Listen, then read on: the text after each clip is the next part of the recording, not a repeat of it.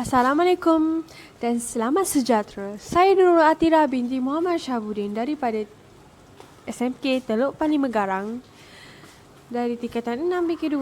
Saya ingin membentangkan tajuk topik 8 iaitu Kedaulatan Malaysia, Cabaran Punca dan Penyelesaian. Subtopik 8.2 iaitu bertajuk jenayah, iaitu punca-punca berlakunya jenayah dan langkah-langkah mengatasi jejala jenayah. Tak. Kejap.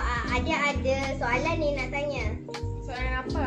Cikgu ada bagi karangan tajuk jenayah. Cikgu suruh huraikan punca-punca berlakunya jenayah dan langkah-langkah mengatasi jejala jenayah. Boleh tak akak tolong huraikan karangan ni?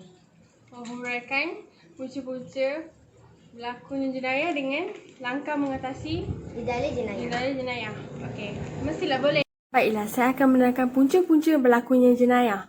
Yang pertama ialah faktor persekitaran, iaitu sikap tamak seseorang individu akan mendorong mereka melakukan jenayah bagi memaksimumkan kesenangan dan mengurangkan penderitaan. Sudah menjadi lumrah manusia, mereka tidak akan merasa puas dengan apa yang mereka miliki.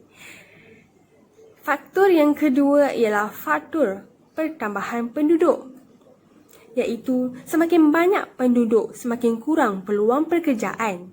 Apabila mereka gagal mendapatkan sesuatu secara halal, mereka akan mendapatkan secara tidak halal.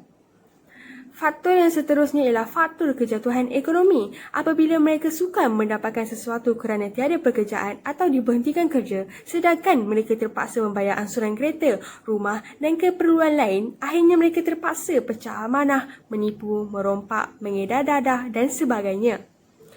Faktor yang keempat ialah faktor media massa, iaitu pengaruh unsur ganas dan cara-cara melakukan jenayah banyak disiarkan oleh televisyen. Hal ini akan ditiru oleh mereka untuk melakukan jenayah. Faktor yang kelima ialah faktor kecelaruan mental. Faktor kecelaruan mental juga menyumbang kepada kegiatan jenayah berat seperti membunuh dan rogol. Jenayah kejam ini banyak dilakukan oleh mereka yang menghidapi penyakit kecelaruan mental. Kes pembunuhan kejam adalah contoh personaliti pelakunya yang dikenali sebagai psikopatik atau sosiopatik serta mempunyai split personality. Yang seterusnya ialah faktor penguatkuasaan undang-undang dan tenaga mahir, iaitu kekurangan tenaga penguatkuasaan dan tenaga mahir dalam bidang tertentu telah menyebabkan pelbagai jenayah berlaku. Kerana penjenayah mempunyai ruang dan peluang untuk melakukan jenayah seperti penyelewengan, pecah amanah, pembunuhan, rompakan dan pelbagai jenayah lagi. Dan seterusnya ialah faktor penghayatan agama. Kebanyakan mereka tidak menghayati ajaran agama masing-masing. Bagi mereka, perbuatan seperti rasuah, pecah amanah, penyelewengan dan lain-lain lagi tidak menjadi kesalahan. Yang seterusnya ialah faktor kerana birokrasi. Faktor kerana birokrasi telah menyebabkan orang ramai terpaksa memberi rasuah kepada mereka yang berkenaan untuk mempercepatkan kelulusan pengeluaran lesen, permit, mendapatkan tender, mendapatkan tanah dan lain-lain lagi. Yang seterusnya ialah faktor pengaruh dadah. Faktor pengaruh dadah, mereka yang terlibat dengan penagihan dadah sanggup melakukan apa sahaja untuk mendapatkan wang bagi membeli dadah. Mereka sanggup membunuh, mencuri, merompak, meragut, melacurkan diri dan lain-lain lagi. Seterusnya ialah langkah-langkah mengatasi jejala jenayah.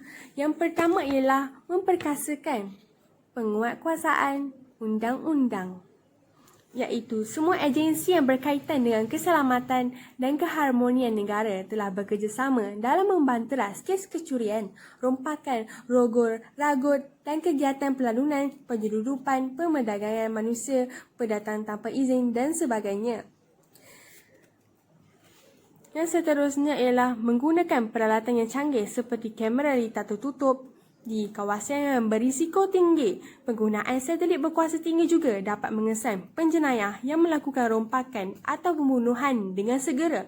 Pihak PDRM dapat bertindak dengan cepat untuk mengatasi masalah tersebut.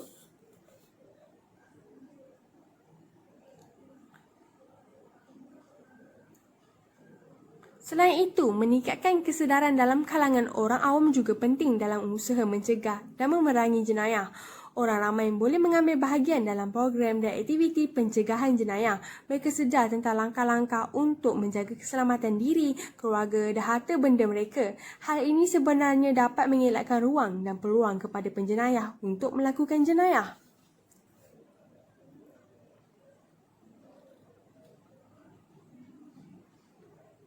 Seterusnya ialah memperkasakan ekonomi negara bagi meningkatkan peluang pekerjaan kepada rakyat Malaysia, iaitu ekonomi negara yang kukuh dapat mengurangkan kegiatan jenayah.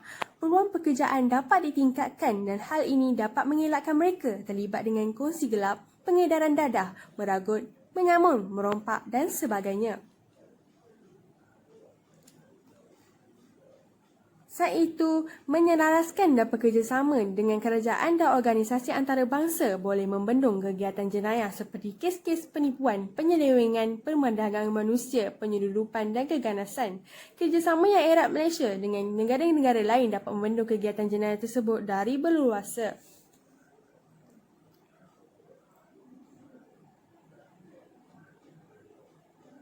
Seterusnya ialah menanam kesedaran orang ramai tentang kempen pencegahan jenayah juga hendaklah dipergiatkan dalam media massa untuk memberi kesedaran dan peringatan kepada orang ramai tentang pentingnya menjaga keselamatan diri, keluarga dan harta benda mereka.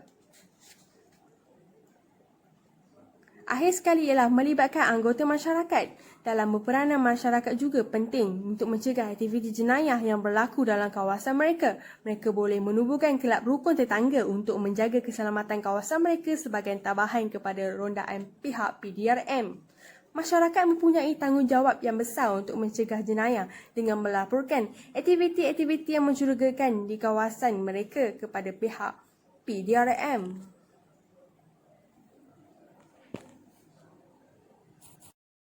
Merupakan kerataan akhbar yang saya temui di laman sesawang ataupun di laman sosial. Okey Akak, terima kasih bagi idea untuk adik siapkan karangan yang diberi oleh cikgu. Adik dah betul-betul faham ke apa yang Akak huraikan tadi? Dah faham dah Kak, terima kasih. Okey, sama-sama. Semoga apa yang Akak beri bermanfaat untuk adik ya. Okey Kak.